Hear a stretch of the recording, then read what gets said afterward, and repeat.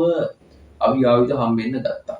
ඉතින් මේ අවි ආයුධ වල සමහර දේවල් වල හිතා ගන්න බැරි පොයින්ට් වෙලා ඒකට කේල් බද්දටපත් වෙලා පානදුර නිලංගලා බැකෝ සමානලා ඔය තැඹිලිලා හිටුණා සේරම කංජි පානිලා එක ලින්ක් එකක් ගන්න පුළුවන් කිසිම ප්‍රශ්නයක් නැතුව ගිහිල්ලා. ඔය වගේ තත්යකට උදා වෙනවනේ. කිසිම ප්‍රශ්නයක් නැහැ. ඔය ගියා නම් ඉතින් දැන් ෆැක්ටරි පිටින් දැන් මේකටනේ. ෆැක්ටරි පිට. Hi guys. ඔන්න අද සුපුරුදු පරිදි අපි ප්‍රෝග්‍රෑම් එකේ හමු වෙනවා. ඉතින් ඇත්තටම වත්මන් ජනාධිපතිතුමා මේ ගණනීය වැඩපිළිවෙලත් එක්ක දැන් ඔය අපි දැක්කනේ පහුගිය දවස් ටිකේ ගොඩාක් මේ රටට වින කරපු මේ රටේ මේ තැනින් තැන වෙඩිපත්තු වෙන්න මූල්‍ය වුණු මේ පාතාලයේ කිරුමන් ටිකක් කණින් ඇදගෙන එක්කාවා. ඉතින් එතකොට මේකේ ප්‍රතිඵලයක් විදිහට පැහැදිලිවම ගොඩක් දෙනෙක් දැන් මේ සම්බන්ධයෙන් කතා කරනවා. දැන් මේ සම්පත් මනම්පේරි කියන පුද්ගලයාගේ මේ වැමෑරීමත් එක්ක. ඉතින් ඔහු දැන් පළවෙනි දවස් දෙක තුන තුල මේ නිලධාරීන් පවා කඩේ යවන්න උත්සාහ කරලා තියෙනවානේ බබා වෙලා තියෙනවා අය. ඉතින් බබා වෙලා තියෙනවා. ඉතින් දැන් ඔන්න රොහාන ඔලුගල මහත්මයාට බාර දීලා තියෙනවා මේ පරීක්ෂණ ටික මේ ඔහුගෙන් ප්‍රශ්න දෙක කරගෙන යන්න. දැන් ඉතින් එතකොට ඔන්න දැන් ටික වැමෑරගෙන එද්දී දැන් ආවනේ එක දේවල් ටිකක් හම්බුණානේ පොළොවේ යටින් කන්ටේනර් පිටින් හම්බුණා. එතකොට ඉන්න අනතුරුව අවි ආයුධ හම්බෙන්න ගත්තා.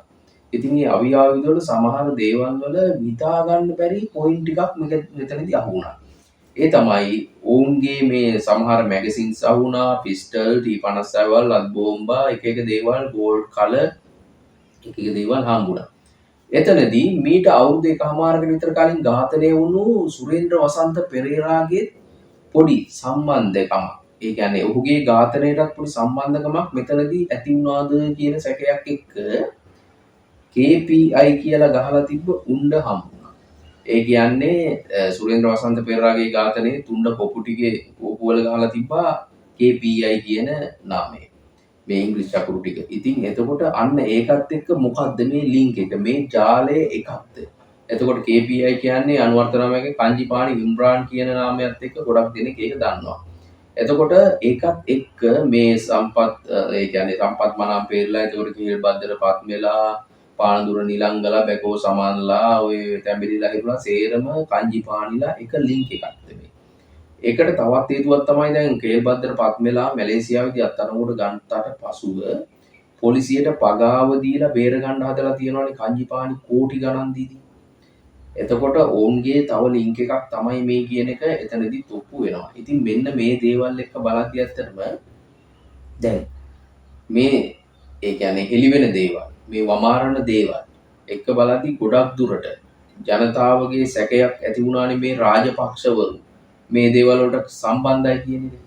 ඉතින් ඒකට හේතුව තමයි පැහැදිලිවම සම්පත් මනම්පේරි කියන පුද්ගලයා මහින්ද රාජපක්ෂ ගාව ආරක්ෂකෙක් විදිහට වැඩ කරලා තියෙනවා.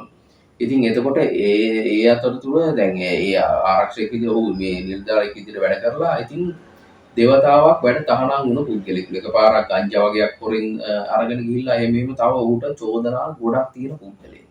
ඉතින් වැඩ තහනම් වෙනවා කියන්නේ. ඉතින් එතකොට මෙන්න මේ ආකාරයට එහෙම වෙලා අන්තිමේට ඔහු බැකෝ සමන් කියන පුද්ගලයාගේ බස් රථයක ඩ්‍රයිවර් විදිහට වැඩ කරලා තියෙනවා.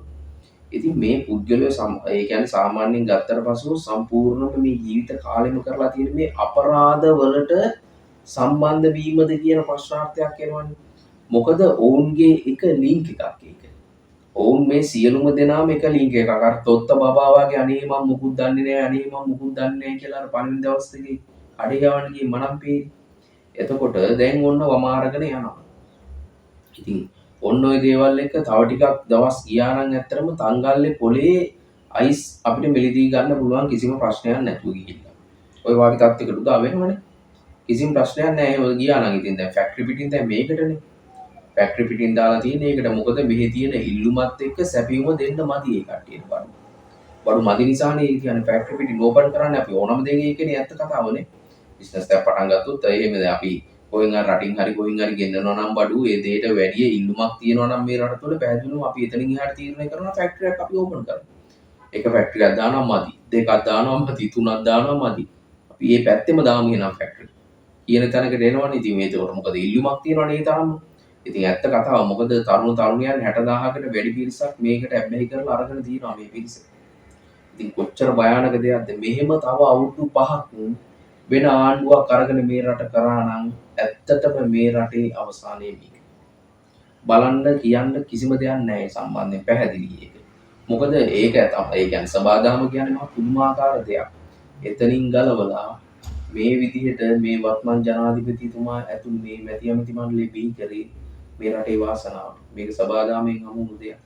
ඉතින් ඒකත් එක්ක මේ රට විනාශ වෙන්න එහෙම ඉඩ දෙන්න බැහැනේ.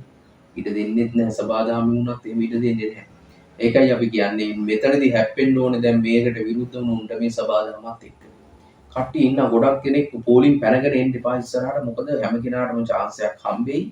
සමහර කට්ටිය කියනවනේ අපේ නමුත් ඌ වගේ ඇති බලමුකෝ දැන් හොයන්නකෝ කියා පාර්ලිමේන්තු වලත් කෑ ගහනවා අපි දන්නවා අපිට ඇහෙනවා. අපිට කියන්න තියෙන්නේ පෝලිම් පැන ඉන්න එපා.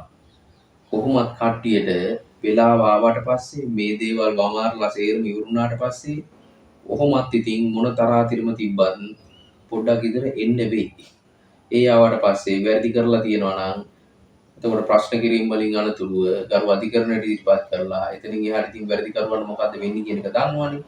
එතනින් එහාට ඒ දනුවම් ටික ලැබෙයි. ඒ හින්දා කලබල වෙන්න එපා, පොලිම් පයින් හදන්න එපා. හැම කෙනාටම chance එකක් තියෙනවා දඟලන කට්ටියට. ඒකත් එක්ක මොකද හැම වෙලාවෙම කෑ ගහලා දඟලන්න හදන්නේ අපි දන්නවනේ ඉතිහාසයේ මොකද්ද කියන එක. ඉතින් මෙන්න මේ දේවල් එක්ක ඇත්තටම කතා කරද්දී ඒකයි අපි කියන්නේ. මේ සම්බන්ධයෙන් මේ දැන් ඔය වෙපන් ගොඩ ගන්නවා ගෝල් කල එක කල වෙපන් එනවා එකතර මැගසින් බෝම්බ සියල්ල. එතකොට දැන් මේ නිලධාරීන් ප්‍රශ්න කරගෙන යනවා දැන් තවමත්. එතකොට කංජිපාණි ඉම්රාන් ඒ කියන්නේ සම්බන්ධද මොකද්ද මෙතන මේ KPI කියන උණ්ඩේ තේරුම මොකද්ද? එතකොට ක්ලබ් වසන්ත ඝාතනයටත් මොවුන් සම්බන්ධද කියන දැනකට ඇවිත් තියෙනවනේ ඉතින්. එතකොටනේ අපි බලමු හරියටම තව දවස් දෙකකින් විතර මේ සියලුම දේවල් ටික අපිට අනාවරණය කරගන්න පුළුවන්. එහෙනම් ඉතින් බලමු මොකද සිදුවෙන්නේ කියලා. ඔබගේ අදහසත් අනිවාර්යෙන් යටින් කමෙන්ට් කරගෙන යන්න. ආදරෙන් ඉල්ලා සිටිනවා channel එක subscribe කරගෙන යන්න කියලා. ජය ජය.